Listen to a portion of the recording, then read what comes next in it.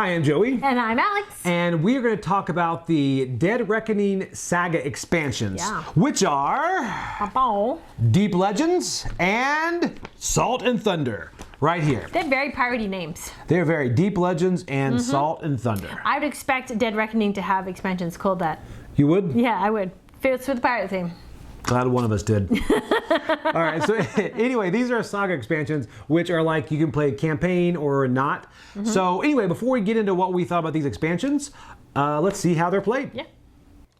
Okay, here's a look at the Saga expansions for Dead Reckoning. It's Saga 1, which is Deep Legends, and Saga 2, which is Salt and Thunder. I'm not going to go too much into this because this is a campaign style expansion where you need to discover these things as you go through the game. Now, but really to show you what exactly it does come with, it comes with some envelopes here, some smaller envelopes. These are the cards, which as you see, do not look at these cards until you are instructed. So those right here, you also have some boxes. And right here, you have got an encounter book. You will encounter different things with different cards, and it will instruct you to read certain parts of this book. And there are actually 2 books, one for each expansion. Now, they do come with things that actually are added to any game. For example, a couple of map tiles. It comes with these. And it does come with several ship upgrades, which we've got those and over here. And these you can add to any game and upgrade your ship accordingly with that. Now, one thing that is very nice about this game is it does not have to be played as a campaign. You can actually add these into games as you progress.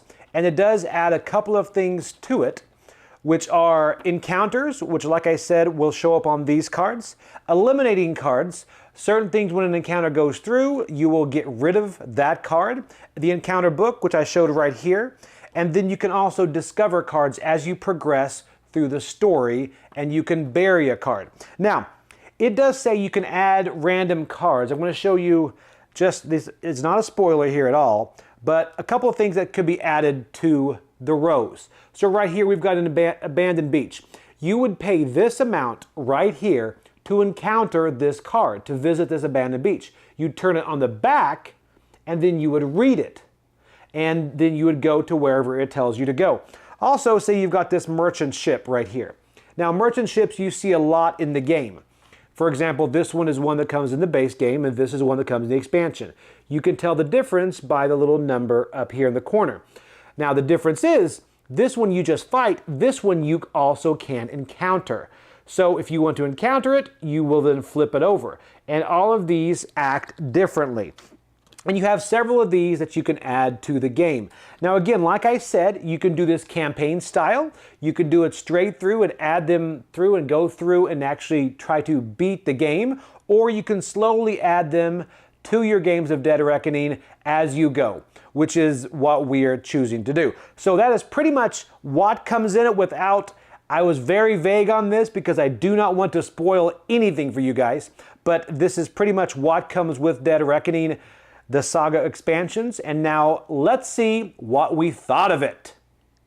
Okay, so that's a bit about the expansions. We didn't go into Dead Reckoning itself because this isn't a review on that. No. Now, all that being said, I love Dead Reckoning. Me too. I love just the base game by itself. When we first played that by itself, no expansions, I was like, this is an amazing game. AEG did a fantastic job with this game. I love it. Yeah, and it's really, really good, which is why I was so excited to play these. Absolutely. Oh, yeah. And I think what made me more excited is the fact that you did not have to play them as a campaign. No, true. You can just play them as one-offs, correct. Yeah, and that is what we are doing, just kind of adding them as you go, and sometimes the cards kind of cascade into other ones. So if you put some into your deck and then they slowly turn into other things, and see, I'm trying to be very vague. I know, yeah, I know what you're trying to communicate because you're not trying to ruin it for everybody else. Because when we played it, it was amazing with those expansions. And sometimes you hit the expansion, sometimes you don't. Yeah. And what's nice is you kind of know where they are when you play the Reckoning, because the numbers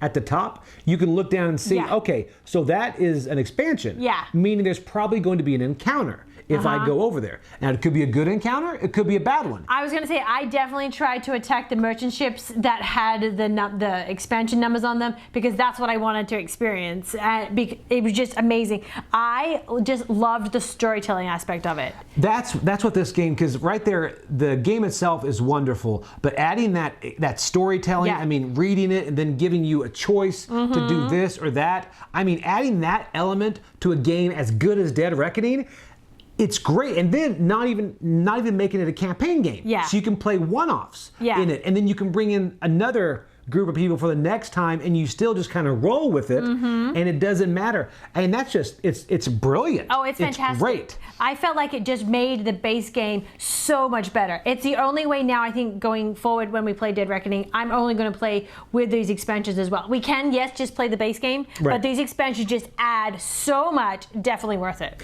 And there was one of those, like, sometimes the cards can change. Again, trying to be vague. The cards will do different things depending on what you have. Yes. Because you might have something from a previous encounter, and one game you don't have it, and the next game you do have it, and you're like, whoa, wait a second. So what about now? And all that, again, not in a campaign game. Yeah. So that is what it kind of gets. And then the merchant ships, like you talked about. Initially, the merchant ships are ones you can go attack. Yeah. These merchant ships will whoop you. Oh, they will, definitely. But the encounter you get afterwards, incredible. It's great to find out what exactly happened on it. Yeah. I really like that. And there's just different things you can. Yeah, I was going to say something, but I'm stopping myself because I didn't want to ruin it for you. Yeah. So pretty much the whole thing is it does what I think expansions should do. Yes. They add a lot of value to the game. Yeah. And they don't overcomplicate it. Yes. Because a lot of games you will start adding expansions to, and then later they just never hit the table. Yeah. Because that fluidity, that the core of the game is lost. Yeah, the expansions just make it clunky. Yeah, whatever this adds, it just makes sense, and they're very organic, and it feels like that should have been in the base game anyway, like the encounters and things. So all that being said, I mean, it's fantastic. So if you have Dead Reckoning, then you definitely need these expansions. I was going to say, I did like how these expansions don't change the mechanics of the game a lot. It's still the same game. Also, we played with both expansions, and it didn't change the time. It didn't make it that much longer. I think maybe it was a little bit longer, but not an outrageous amount. You're like, oh my goodness, I'm never playing with these. This game is too long. It didn't change that either. No, and that's a good thing. I think it got longer only because the reading and the choose your own adventure style things, but it wasn't unbearably long. No, and it didn't affect the main gameplay. Yeah. So pretty much, what's your ranking for it? 8, definitely 8. 8. Yeah. See, I go higher. I go 9. I was thinking maybe I should have said 9, but yeah, I think I'm going to stick to 8. Stick to 8? Yeah, because I love Dead Reckoning. Dead Reckoning for me is about a 9, 9.5. But this right here is a 9 because I can't ever see playing Dead Reckoning and not playing with these. I'm also excited to go back and actually do the campaign of this too. This makes me want to do that more. It does. And although it's a competitive game, you find yourself cheering for other people when they get an encounter and you're like, how is this going to work out, you know? I don't want to say too much, but you got an incredible encounter. Yeah. That was amazing, which if it had been a campaign, it would have really changed a lot of things, but it was just the one-off game. But your encounter was incredible. And it's good. So anyway, you have Dead Reckoning. Yep. This is a no-brainer to pick up because for me, this should have been included in the base game. And I really can't imagine that this was an afterthought. This is entangled so well in it that I really think this was planned from the start. Absolutely. Yeah. So pick it up if you like it, and that's pretty much it. So hey, thank you guys so much for tuning in to another Dice Tower review. Thanks. I'm Joey. I'm Alex. Bye-bye. Bye.